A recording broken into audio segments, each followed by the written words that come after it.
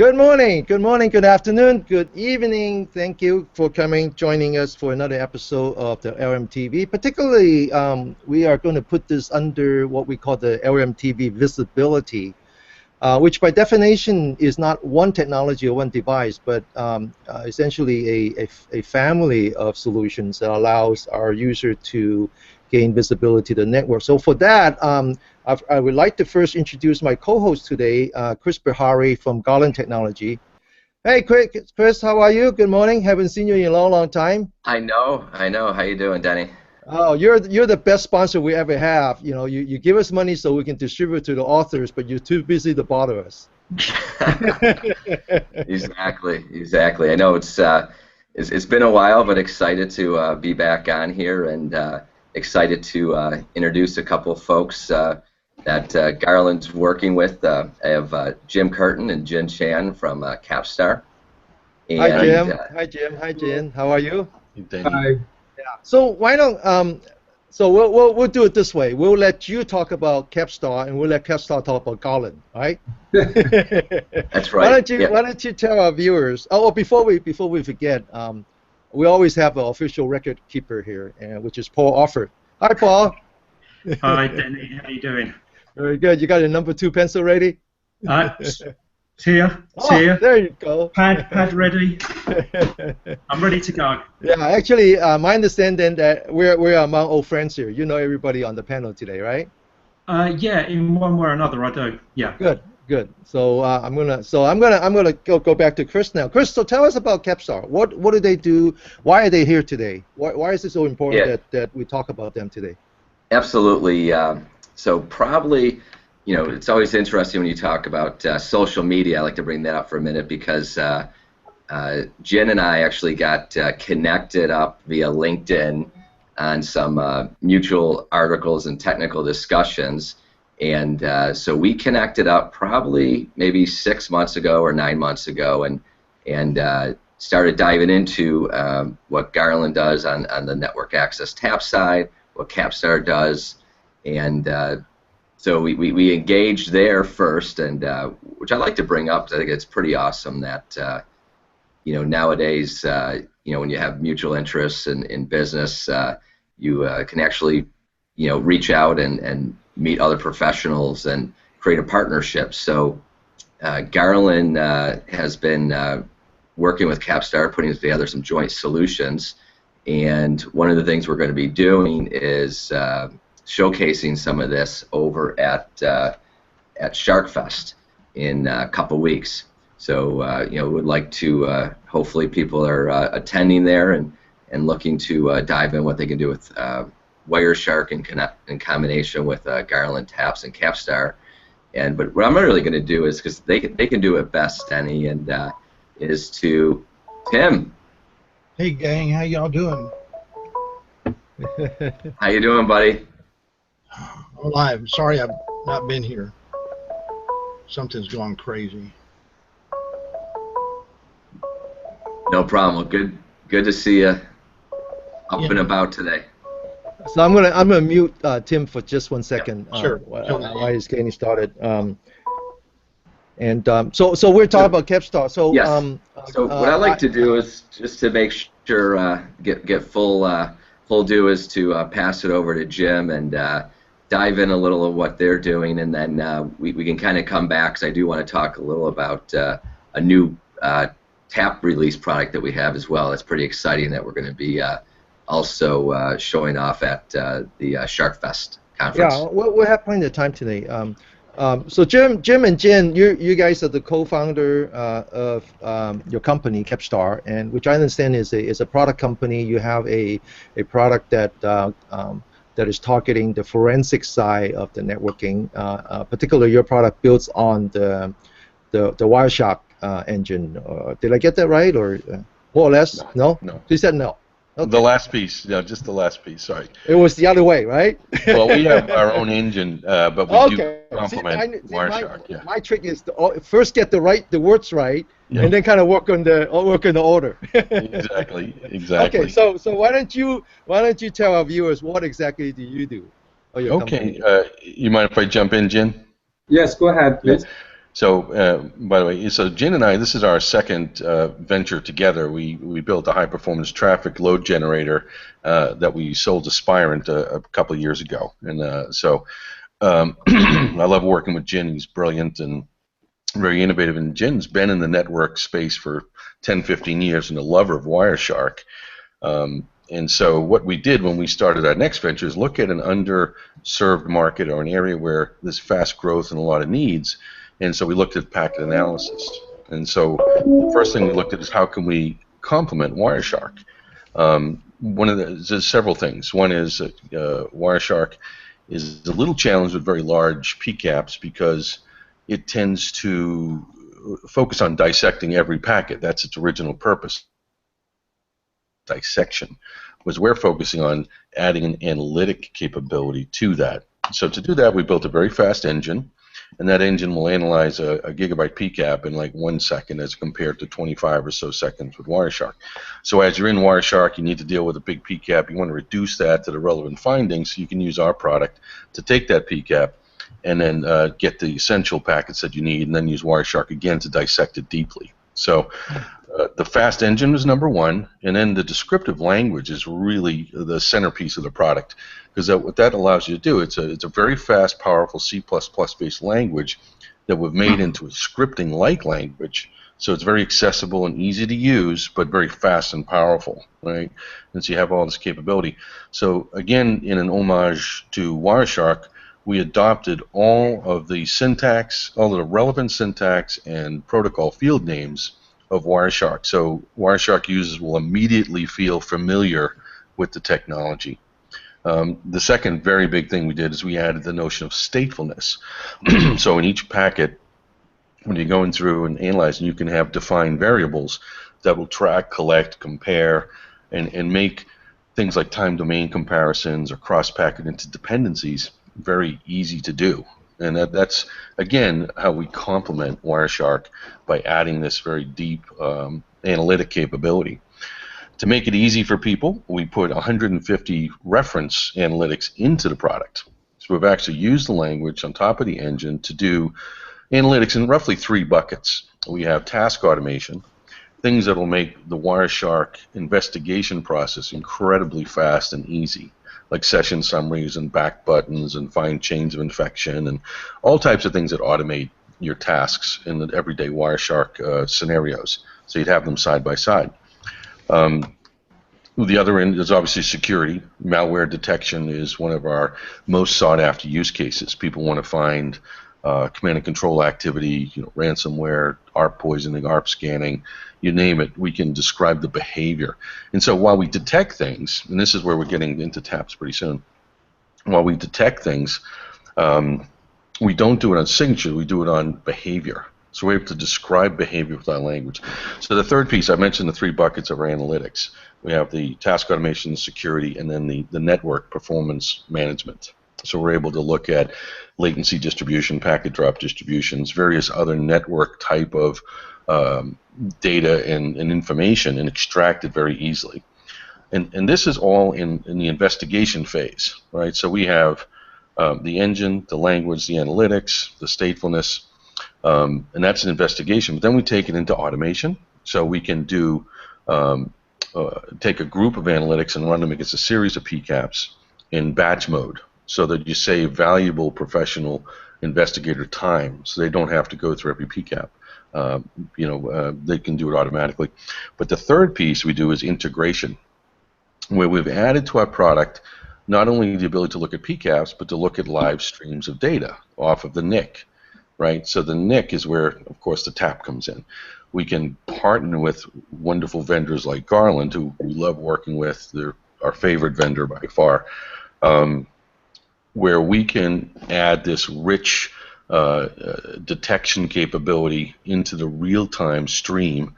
And we've done some very innovative things, which I'd like to ask Jim to talk about if we have time, so that we're able to sit and listen on the real time and trigger an alert and do different things based on the detection.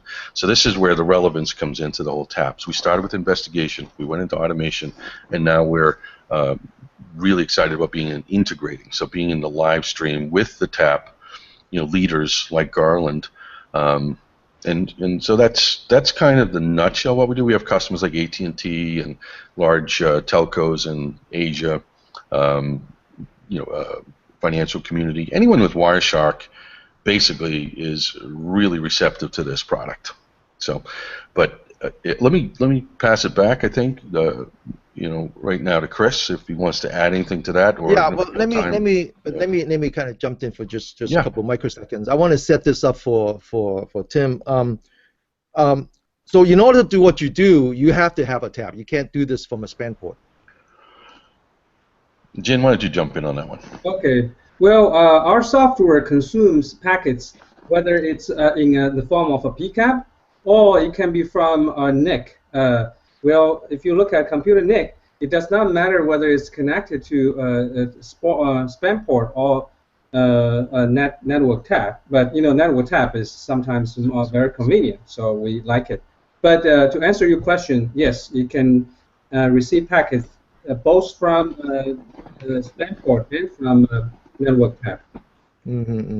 Well, but Jim, Tim, my friend, let's pay our bills. Why do we need tabs anyway? I mean, if you could do this with a span port. Well, I'm a forensics-based guy, and as far as I'm concerned, if I've got to go sit in a courtroom and say, I know this happened, and someone says, well, what did you use to get access? And I say, well, I used a span port, I'm going to have a hard time. We've seen a lot of these judgments go against that. So from my forensics, and I've always been a tap person. I mean, I helped design the first tap in the 70s, and I helped the first tap for Network General in the early 90s. So taps to me are the pure way. I'm a purist in that respect. Give me all the data. I want to see everything. I can parse it down. And with your system, that's one of the things I was amazed at. I haven't been able to use it much, but just looking at what it does, I mean, I can see a lot of forensics, a lot of people now starting to look more and more into the e-discovery, network forensics. Matter of fact, I recommended it just a couple of weeks ago to some people in law enforcement. So getting a tap gives you everything. Yeah, you're a packet grinder is what I call it jokingly, because you take that big bundle and make it something that's tangible, that's readable, that's understandable. But I'm a tap addict, so if I can't get real access, I'm kind of like, well, I guess I'm getting old. So when you get old, you become more of a purist, right? You want, everything. Well, Tim and you and I know each other for a long, long time. You've been fighting the same battle when you have two legs, but now you're down to one leg and one arm. You're still fighting the same battle, right? You feel as strongly about it today as you did yesterday, right? Absolutely, and I'll never change until they bury me, and then I'll still come back and haunt people. So let me go back perhaps to my co-host today then, because you weren't here, so I kind of gave your job to Chris. So Chris, so where should we lead the discussion now? Yeah, no, I mean, one of the things that is really exciting is what happens with the packets after the fact, and one of the things that Tim and I have been beating our heads against the wall on for so long is the basic concept of the only way you can truly get the data is from the wire. So we really try to just state that the most basic is that you must start with the foundation. You must start with all the real data, and this is the only way that you can then take advantage of products out there, from Wireshark to CapStar's product to whatever you're utilizing. You're deploying your IDS systems. I mean, I had a conversation with a customer that had over like 60 sites, and they had IDS deployed at all these remote sites, and they were utilizing SPAN, and they knew they were dropping packets, knowing that they're vulnerable. And it's just one of those things that our perspective, granted it's our business, but it's a very basic concept, is when you take it off the wire, you can now guarantee, as our tagline is, see every bit byte packet, and this is only going to enhance whatever you're going to do with that, be it security, analytics, forensics, and especially moving into forensics, if you're going to go to the court, you want to be able to say, yes, I collected this information from a wiretap, and I know that we received every single packet. So it is it's exciting when we can talk more about what you actually do with all the packets once you have it. So that's why, as you mentioned in the beginning, Denny, I think it's a solution. So we just have to keep reminding people that you must start with a great foundation, and we're getting more of that with some of our customers, where we're going into new data centers, and you hear the word top of rack for your switches. We're now going in and getting the links tapped prior to them finalizing what they're going to use for security tools or analytics, because you need it. What'd you do when you put your T1 in? Oh, you put a MON report next to it so you can analyze your T1 point-to-points. Tim, what'd you do, as you said, back in the 70s? You had to tap it because you want to analyze it and troubleshoot. So this tap versus span port topic has come up so many times and for so long that I'm always amused, right? When you and I met each other, which is many years ago, that was a topic, and I'm always surprised why this is still a topic today. And I finally come to the conclusion that it is a topic today not because of lack of knowledge, but just because of abundance of vested interest. It's just people for one reason or another has done things that way, or they just make an argument about why they shouldn't do it this way. It just boggles my mind. Yeah, it gets. It is amazing, especially when people say, I know we're dropping packets. Yeah. And it's like, well, you spend all this money on your analytical tools, your security tools, and it's like, wait, well, you just spent a couple of $1 million on your infrastructure for security. Yeah, I mean, it's like in San Francisco we have this topic about how you can't make enough money to live in San Francisco. And the guys I always said, look, the latte that you have in your hand costs more than I pay for my dinner. So don't tell me how.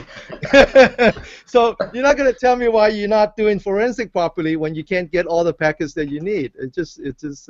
Hey, Paul, what's your perspective on all this? You know that I've written a blog on the. Well, I know that. Advantages of span. Look, tap is by far the best, but sometimes you have to be pragmatic. And sure. Not every server, not every network link is tapped. And if you've got to start to investigate a problem, the chances of you scheduling an interrupt to service to insert a tap are really slim, I can tell you. Yeah, and I've never understood that, Paul, because a tap is not interfering with anything. Yeah, but you have to take the port down. That's the trouble. Yeah. And even if you've got it bundled in an ether channel or something, they're still very reluctant to do something like that. What I wanted to do, though, was bring it back, because we've got Jim and Jin here. I wanted to ask Jim, could you talk us through a troubleshooting scenario? Say a customer is complaining that a user is complaining they're getting intermittent poor response times from an application. Talk us through how you see the CapStar product working in that scenario. Good point. Okay, so thanks for asking this question. I like it. Actually, we just recently wrote a blog on that McLaren. Hold on a second. Can I let me okay.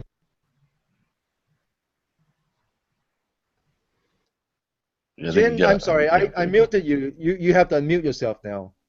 Sorry, Jin. I muted myself. Sorry about this accident. No problem. I had to do the same thing. My parents just called, so yeah. when they call 3 times, something happens. That's why I did. Okay. They didn't have orders. They want to know if I could buy them lunch. So continue on this, right? The McLaren challenge, network challenge, was a challenge posted after the last year's Sharkfest, and in that the famous Jasper, he proposed this question, which is very interesting, is that there's a lot of packet capture between a web server and content server. And there are stuck sessions where the web server try to access the content server to pull some information, and some requests get stuck. And when he put out this challenge, he sanitized the packet so that in the TCP data, all the bytes are sanitized. Right? So there are sessions that are stuck, which is similar to what you are talking about, like their response time is high. Now, given this situation, how does CapStar solve this? Well, we solve this. Actually, you probably already knew that Jasper himself has published a blog on the solution, and many others has also done the solution. And I believe that our solution is by far the simplest. We actually look at from an angle which you may think is very simple. The transactions between the two clients and server, in this case, web server is a client and the content server is a server. There are request and reply. Each request consists of few data packets. Each reply consists of few data packets. Now, the response time, if you look at it from the client's point of view, is the time between the last data packet of the request and the first data packet of the response, right? Without knowing the data, the actual TCP data, because they're sanitized, we're able to write a very simple script to look at this time. If the time is infinite, okay, you get a stuck session. If the time is larger than that threshold, which user can easily set, well, you can grab those sessions. And if you know the TCP data, you can look at the request. What's in the request? Why does it cause the server to spend that much time? So hopefully that will answer your part of your question. By the way, I'd love to see that on Love My Tool. If you get a chance to write the article up, we'll post it up. Oh, actually, yeah. We already have it. Can you say something here? Oh, I'll send it over to you, Tim. Though, yeah. Give me a few days, but yeah. Yeah, definitely want to. We just finished it like a day or two ago. Yeah. Yeah, good. Paul, were you trying to say something? Did Jin answer your question? Yeah, he did. He did to an extent, but the trouble with those types of challenges is that they're nice and neatly packaged, and you've already partially done some diagnosis, probably through sort of trial and error type of discovery. What I'm interested in is, in a real live environment, what happens is someone phones the service desk and says, I tried to use this sales system this morning, and I was getting really slow response times. And the user's quite vague about when they had the problem, and they're not quite sure how long the response times were. And I'm interested in getting more of that sort of going from the user's perspective to the diagnosis. And I think that's the challenge. That seems to be the challenge to me. That's certainly what I see when I go out and troubleshoot problems. Mm-hmm. Can I answer part of? Go for it. A few words about this. I think this is, a very common problem. I believe Paul probably has the most extensive knowledge and experience here. But I think that it's a very well-defined problem. Unlike what we have been working on the security, where the hacker's new move, you cannot predict the new move. Here, all the things are pretty well defined. Like if a user complains that his application is becoming slower this morning, well, we can ask him how much slower. We'll get some idea. And the slow list, the response time, right, which defines the experience, it can be easily defined. Like I said, the time from the last packet in the request to the first time the response. So we use our partner, Garland Technology's great tab. If we have enough packets, right, we capture the morning, we can have many gigabytes or even tens or hundreds of gigabytes. And if we analyze, all the information is there. We can come through all the packets maybe in a matter of a few seconds to maybe a minute, and boom, we get something. We get a distribution. We may also find out from the user. We know if the user complains, we know his IP address, right? It's a private IP. We say, okay, we look at only the sessions from this IP, and then we get an idea. Oh, you started to experience something at a certain time, and that is after somebody has done this big query on the server, which slowed you down. Maybe also other people as well, right? So those problems are well defined. I think with a great tab or network tab or something, we get the packets, we get a good packet analysis engine, we will be able to do the right diagnostic, especially with extensive knowledge as Paul. Yeah. I just one last comment on that, Tim. That's great to hear, because I do like to hear you talk about the request response type of measurement as opposed to what I see is lots of people doing mini health checks. I watch lots of videos on YouTube by people, and they're tremendously experienced, and that's what makes them successful. But what they say is, if you suspect you have a DNS problem, well, how the hell do I know if I've got a DNS problem? All I know is I got a slow response time, and it's because a lot of these people are able to tell the difference. Can sort of there's a certain art to what they're doing. They're able to do it, but it comes through a lot of experience, and that doesn't scale. And that's difficult to program into a product. So I love the request response type of approach. That's good. And the comment I want to make, Paul, you guys are doctors, you're practitioners, and you don't order every test for every patient, every time. So when you go out, you use that experience, that capability, and then you take and you look in the areas that you know where something isn't right. But to do that today, in a lot of instances, you got to capture a lot of packets, and crunching packets is tough. I mean, you got today with a 1 gig network, Chris, someone can capture quite a few packets, and you need an engine that can take that, crunch it up, give you an answer fairly quick. And diagnostics is, you said it earlier, Paul, it's a practitioner's job. You're going out, you're not someone that just decided to do a ping, do an ICMP ping and say, oh, the network's slow. Okay. Yeah, I mean, you're practitioners and you're doctors, and you go out and you take the right test at the right time in the right area. So I think what you're asking, Paul, is exactly correct. We got to learn to be able to diagnose, but we also need to crunch a trillion packets nowadays. I mean, Jim? Yeah, can I pick up on that, Tim? Thanks. Because one of the things I like to point out, and Jin demonstrates this very well in a lot of his work, is the investigative velocity of this. And it alludes to what you're talking about, Tim, with the fast engine and being able to grind through a lot of packets quickly and efficiently, instead of having to, every action take 25 seconds in a large PCAP. That intuitive momentum, created by, let me try this, and I'll look at that, and then turn and pivot, and doing all of that gets you to do not only quicker time to resolution, but much more investigations per day. And ultimately, the learnings from that compound your efficiency down the road, because now you've seen so many things that you get quicker insights. You know what I mean? So there's one little example on the security side I'll mention. There's a 1.1 gigabyte PCAP that's been out there a few years, full of malware.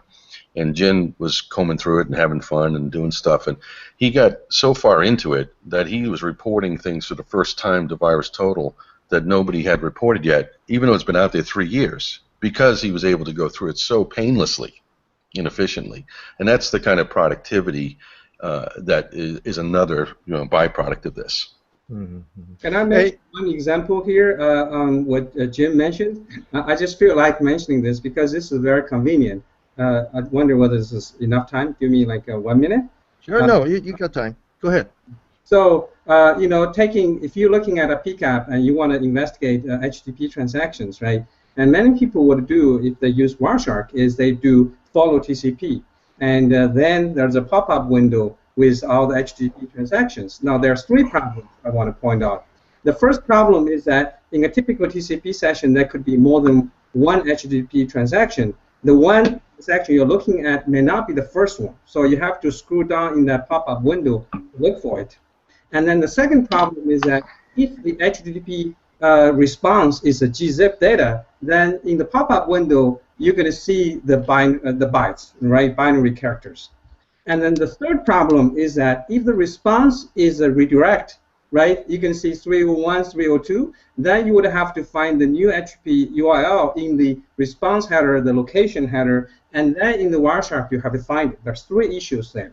And we wrote a script, and you can point to any HTTP request, whether it's the first or second or the third in the TCP session, doesn't matter. They show me this HTTP transaction. It will show you only this HTTP transaction, and if the response is gzip, it will unzip it for you. And if it is redirection, it will follow it and show all of that until it sees 200. So it makes it tremendously easier. Yeah, it'll show all of it if you captured it all. It'll show it all if you captured it all. Right, that's true. Hey, I want to go back to Chris. We're coming up on the half-hour mark. Yeah. Not that we're charging by the minute, but it turns out that if you do too long of a show, people stop watching. That's right.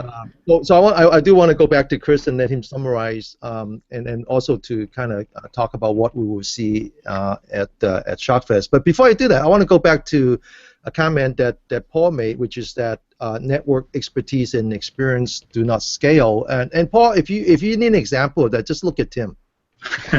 I mean, he's falling apart right in front of us, okay?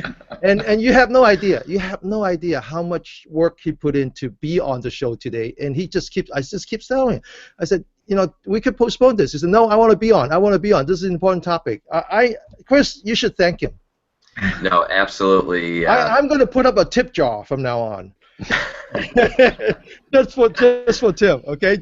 I am tremendously in awe and respectful of my friend here. Yeah, and I know, Tim, you definitely always go above and beyond, and great friend, and glad you could join, because it's also always a lot of fun. But I'm assuming the doctor's saying rest up, so hopefully you're taking some advice there. He says I got at least 2 weeks. So two more shows. But Chris, we don't have enough time to really dive into all the technical nuances of everything that we want to say. I hope what we have accomplished today is to introduce your partner, Capstone. Absolutely. To talk about from a user standpoint, right? How important it is that solution is to them, and then kind of backtracked into why TAP is not only a viable but a valuable solution. Now, you had mentioned right before we start that you also want to talk about Sharkfest. Why don't you do that before we close? Yeah, absolutely. I think it's a great way to close here. And so, unfortunately, I'm not going to be there. I'm going to be on a nice family vacation over that time, but. A couple folks from Garland, Randy Clark, and Jackie Forte will be out at Sharkfest, and Jen and Jim are going to be there as well. So one of the things we're going to be doing is just showcasing the joint solution there, and continue to get the word out. And it's just exciting. The more I look at it as one of my personal goals is to help educate the user community on what they can do once they get the packets. So we got to instill people. You got to start with the packets, start with all the data. But one of our goals at Garland is to bring experts like Jim and Jen, and who can actually help people do more with the packets and be more efficient.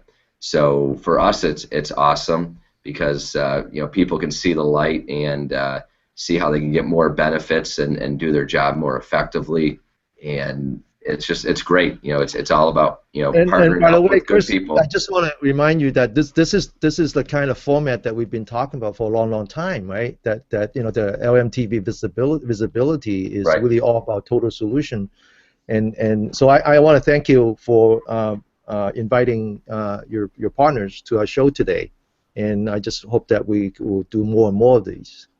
Absolutely. And now, so I do want to give a little bit more time to Paul.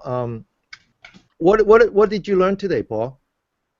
I knew a bit about the CapStar product anyway because I'd done some research. I won't go into why, but Jin's been exchanging emails with me, and I've been speaking to a few people who use the product here in the UK. I think it's tremendously powerful, and I'd like to learn more. I am also going to Sharkfest as it happens, so I hope to start with the guys when I'm there. And I will be demonstrating a product called Workbench, but cool. I won't talk about that here and now. But so we'll be there, and it's a shame Chris isn't going to be there, but I meet Chris in London more times than I meet him in the States. That's right. At the local pub, I hope. Yeah. So yeah, I'm looking forward to it. Good, good. Thank you, and thank you for coming on to the show at such short notice. Sure. So Jim and Jin, we do want to learn more about Capstone, and as Tim had said, we would like to invite you to publish your solution on Love My Tool, and perhaps in the future we could even do a show just for you. Yeah, we'd love that. That'd be great. Yeah. So maybe I want to go back to Jin now, and so Jin, I'm interested in you as an entrepreneur as well as a technologist. So because Jim kind of set this up as like this is a partnership between the two of you, but you guys been at this for a long time, and sounds like you had some financial success as well. So congratulations. Thank you. So again, the invitation is out for you two to kind of be part of the Love My Tool family. All right? You. Yeah. Okay. Really. And I like Chris? your sense of humor. I'm sorry. I like your sense of humor. Yeah, sometimes that's all I have. So Chris, why don't you close the show and then unless you have something to say, Tim. No, I just want to say I'm still believe that if you're, the whole idea behind communications is getting all of the information when you need it. Well, when you're trying to do diagnostics, and especially if you're transitioning into lawful intercept or lawful forensics, e-discovery, you got to have everything, or you're going to be very embarrassed in a courtroom. I know, personally, so and I think the CapStar product is very awesome. I really look forward to you guys putting some articles up and talking about it. And I never ever will let, as long as I'm available, let anybody let the subject lay that I think you need as many frames as possible. And being a purist, I want to have the everything I can possibly get, and otherwise I'm kind of guessing sometimes at major situations. You don't want to do that, especially if people's lives are at stake and things like that. So, and I'll always protect and stand by Chris because he's done an incredible job. And I hope that Paul and I always joke with each other about it, but we still believe in the same thing. We just want the right answers. So in court, they have a saying, right? There's never too much evidence. There's no such thing as too much evidence. That's right. And you got to convince 12 people that couldn't figure out a way to get out of jury duty that you have the evidence. Yeah. Okay. Thank you, Tim. Thanks again. Chris, so good luck. You guys have a great Wireshark. So tell me about Garland. How are you guys doing? Things are great. You're not a small company anymore, from what I hear. we are growing. We're having a ton of fun. And I'll give a brief glimpse. We're continuing to bring out. Let's give a quick little picture here. New products and technology, and expanding globally. So I'm having a lot of fun with it, and it's about having great customers, great partners, and continuing to improve. And expand our technology partners, because at the end of the day, there's a lot of things that need packets out there, and we're not an analyzer company, and we're not going to become one. We're not going to create analyzers, and so our focus is really to team up with folks and make sure that they get the packets they need, and we're doing it for government agencies, to banks, to telcos, to you name it, and having a ton of fun with it. So, I'd like to, thank Jim and Jen, and Denny, as always, coordinating this, and Paul, it's great to see you, and I'll probably see you in London before the end of the year, and Tim, thank you. You didn't have to jump on, but really do appreciate you taking the time, and I know you've been going through some tough times, so, you're a good friend, and it's always great to be on here with you. Yeah. Thank you, Chris. So with that, I'm going to close the show, and thanks again for watching. And we hope to see you at Sharkfest, which is what date is that? It's just a couple of weeks in June, right? Sometime. June 13th through the 16th. June 13th. Yeah. Definitely, it'll be fun. I'm sorry I'm missing it, but you guys will have a blast there. Well, I'm going to a 10-day meditation retreat starting on the 1st, so I'll be just finishing on the 13th. So probably won't go to Sharkfest just yet. Yeah, but Right. we got George Bouchard's going to stop by. Got some other friends stopping by, and don't forget, we got Sharkfest in Europe now. It'll be in the Netherlands in October. So maybe you and Paul can meet up at the local pub. Absolutely. Okay. God bless all. Good luck. All right. Thank you very much. Thanks again. Thank you all. And be successful. Be successful and be peaceful. Thank you. Bye-bye. Goodbye.